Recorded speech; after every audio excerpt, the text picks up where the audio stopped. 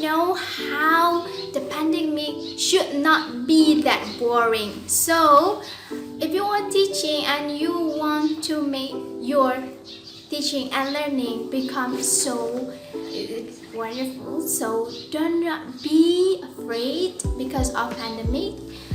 Do you live in the parks during this pandemic without doing any interaction? Oh, it will be so boring for your students. So how to create a teaching and learning with a very good atmosphere? One of the ways is doing cooperative learning. But how cooperative learning can be done during the pandemic? Hey, we can implement it in our learning. So, without any further ado, let's check it out. Hello teachers! The pandemic should not change your good feeling in teaching. Motivate your students by conducting cooperative learning. But cooperative learning during pandemic? Hey, why not? Don't worry when you are alone in your room. Just keep doing your hobbies and teaching. Do interaction virtually, and the important thing is keep being cheerful, happy, and energetic. Yo, wake up and prepare yourself. You need PC or laptop or smartphone to support the flexibility and doing online learning. Go back to the topic that we want to discuss. Yeah, it's about cooperative learning and the examples of cooperative learning such as number heads together and think pair shared, and also things that you have to consider teachers in implementing on learning, especially in implementing NHT virtually, TPR virtually. You have to consider several things.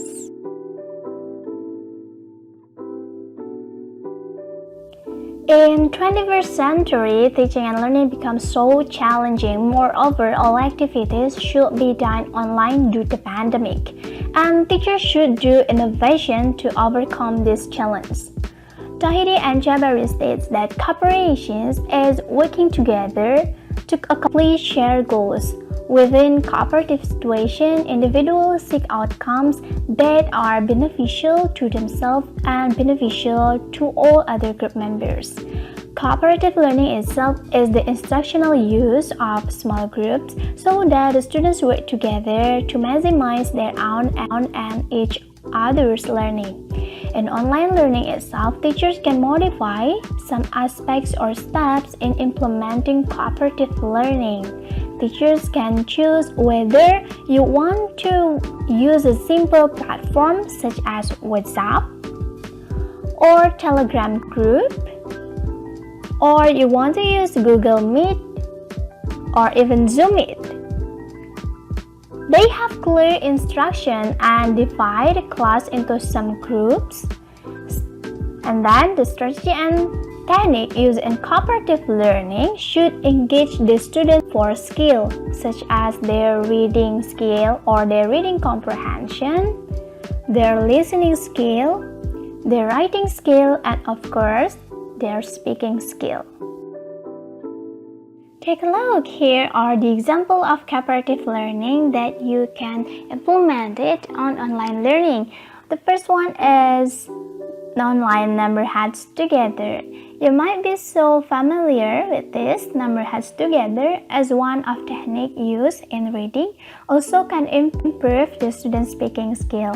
Teachers know about conducting number heads together technique in the classroom, but how if this technique conducted in online learning? Okay, the point of teaching reading is how to make the students are able to comprehend wide aspects of reading, such as in determining the main idea of the text, identifying the detailed information from the text, finding inference, identifying reference, and understanding the vocabulary.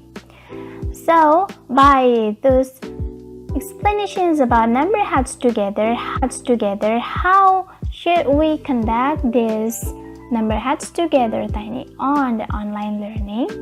So here are the steps if you consider number heads together as one of your technique in online teaching. The first is divide a class into 4 groups. Inform it in a WhatsApp group. Before starting the class in Zoom or Google Meet, make sure that you have informed them in a WhatsApp group first. So when they join the class, they are ready with the group.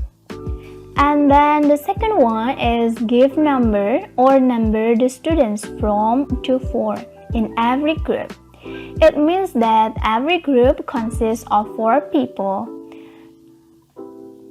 How to remember their numbers? You may ask them to list the numbers in their group. So who got number 1, who got number 2, 3 or 4 in every group. So they cannot exchange their number when they are called by the teacher. And then the third is when start the lesson, remind the students about the rules and how the teaching and learning will be conducted. So be ready for that. And then in the reading section, the teacher share a text or passage by screen sharing in a Google Meet. So you can share it by screen sharing in the Google Meet or in your Zoom Meet, or by document sharing in WhatsApp group. So if some students want to read the document first, you can share it in a WhatsApp group. In this reading sections, the teachers also may ask the students about what they have to read.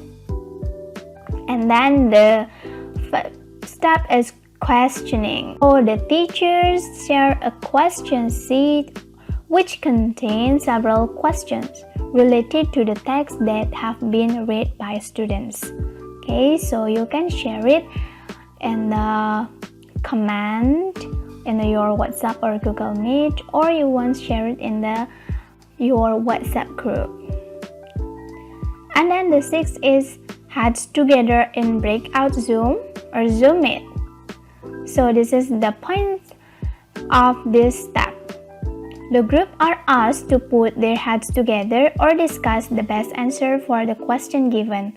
This as the main step in number heads together technique requires every member of the group comprehends the passage and knows the answer of each question.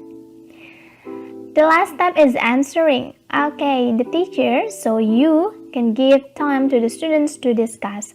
When the time is up, it means that the students must be ready to be called by the teachers randomly. The teacher calls the number and then each member of the group which the number is called turns the camera on and raises their hands. So if there's a problem with your students' camera on their devices, you can ask them to use the feature raise your hands in the Zoom Meet or Google Meet. So the teacher asks the question and choose one student to answer. After listening to the student's answer, the teacher asks about the agreement and argument from other students' group. So all the students will be focused on the discussion. This technique enables the students to improve their reading comprehension and speaking skill, but also their listening and writing. They are not only required to comprehend the text and tell the arguments, but also they are required to listen in and explanation while they are rating their comprehension. The second example of cooperative learning is online think peer share. So it is a cooperative learning strategy where the students have the opportunity to work with peers to solve problems, answer the question, and gain clarity about a topic. During samples, yet effective strategy encourage high levels of participation and engagement. During the process, there are 3 simple steps that the students take after posing a question or providing students with a problem solved. They will do a think, pair, share, which means students will first think about their own understanding of the topic. This is their individual opportunity to gather their thoughts before collaborating. Next, pair. So the students will work with a partner or small group to discuss their ideas. During time, the teacher will listen and probe students to answer that their conversations are productive. And then let's say share. Finally, pairs or group will be able to share their response to each other or to the entire class. And then how to implement virtual think peer share? Before implementing this strategy, make sure your virtual setup is planned and ready to go. The first is provide questions or topic. So pose questions or provide a topic which requires the students to think critically. It is often beneficial to pose a question that reinforces a topic or skill that was covered during the model lesson through a text that was read. Teacher may type the questions, topic, and activity instruction in a Google slide or share screen to the students so they can read, reflect, and think. Teacher also can use cheat feature in Zoom. And then the second step is give students independence to think. Teacher can give 2 until 5 minutes to think about the questions or topic.